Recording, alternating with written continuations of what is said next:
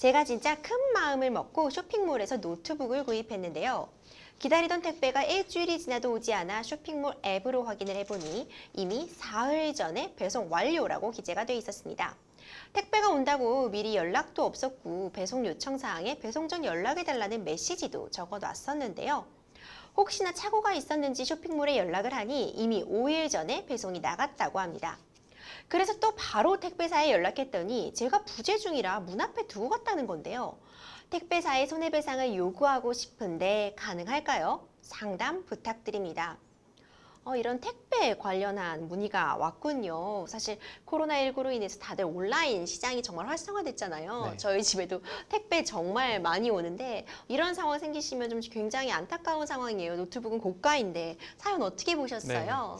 그러니까 말씀하신 것처럼 코로나로 인해서 뭐 택배 물량이 예전보다 많이 늘어나게 됐고 더군다나 비대면 배송이 늘어나면서 배달 사고 분쟁까지 함께 늘어난 상태입니다. 상담자의 경우는 고가의 노트북을 구매한 상황이시라 더욱더 뭐 상심이 크실 걸로 보이네요. 네, 그렇습니다. 저도 이 사연 보면서 이거 굉장히 궁금해지는 부분이 쇼핑몰, 그러니까 물건을 판 쪽은 쇼핑몰이잖아요. 그리고 배송을 의뢰한 쪽도 쇼핑몰일 텐데 쇼핑몰에는 뭔가 책임을 구할 방법이 없는 걸까요? 예, 그래서 일단은 뭐 택배 기사를 쇼핑몰이 직접 고용한 경우라면 쇼핑몰도 직접 책임을 질 수 있을 걸로 보이는데요.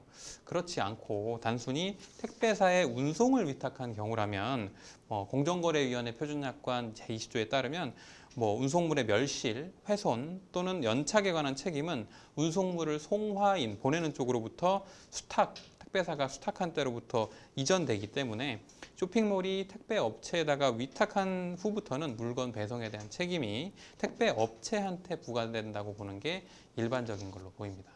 그렇군요. 그러면 우리가 손해배상을 청구해야 되는 대상이 택배사라는 부분인데 택배사로부터는 손해배상 어떻게 받을 수 있을까요? 네.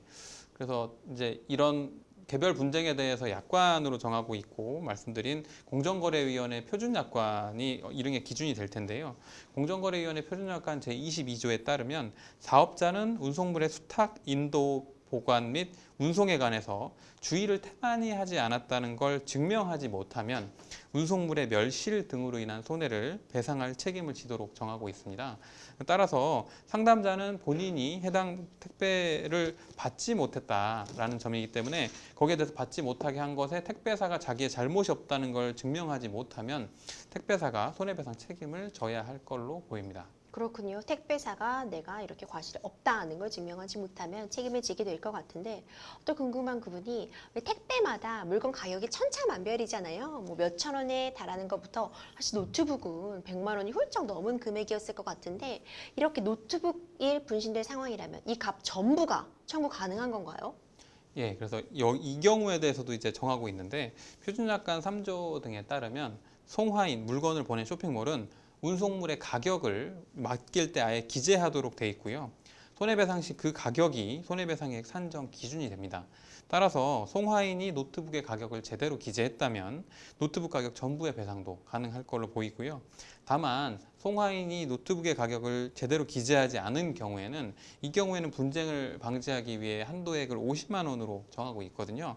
그래서 고가의 운송품은 미리 택배 비용 등에 반영해서 택배 업체에서 더 고가의 비용을 들여서 배송에 주의하든지 그런 걸 반영하도록 하기 위함입니다. 그렇군요.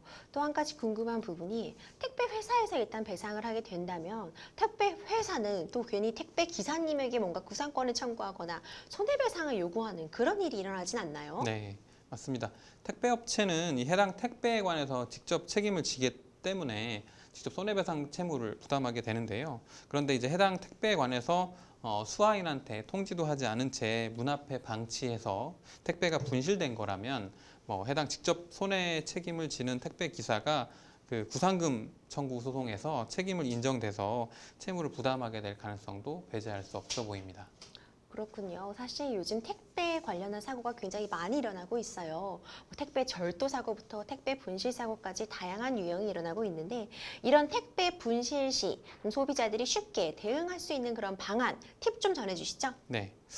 일단 앞서 본 것처럼 택배가 실제로 도착을 아예 하지 않은 건지 아니면 도착은 했는데 수령자의 과실로 분실한 건지 여기에 대해서 다툼이 생길 가능성이 높거든요.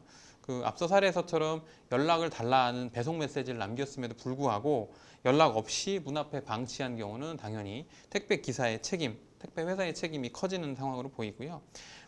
수령자가 택배 기사한테 문 앞에 두도록 요청하고 택배 기사가 사진을 찍어서 보통 전송까지 한 경우라면 해당 택배에 대해서 수하인이 실제 수령한 걸로 자신 책임 범위로 받은 걸로 볼 수 있기 때문에 이 경우에는 분실에 대한 책임이 수령자한테 있을 가능성이 높습니다. 따라서 수령 책임에 관해서 조금 번거롭더라도 명확히 해두는 것이 좋을 걸로 보입니다. 네, 굉장히 좋은 말씀 해주신 것 같아요. 사실 택배가 지금 요즘은 정말 필수가 돼버렸잖아요. 서로 좀 얼굴 붉히는 일 없도록, 서로가 피해를 보는 일이 없도록 택배를 맡기는 장소 같은 건 좀 명확히 해두시는 게 서로 권리 지키는데 더 도움이 되실 것 같습니다.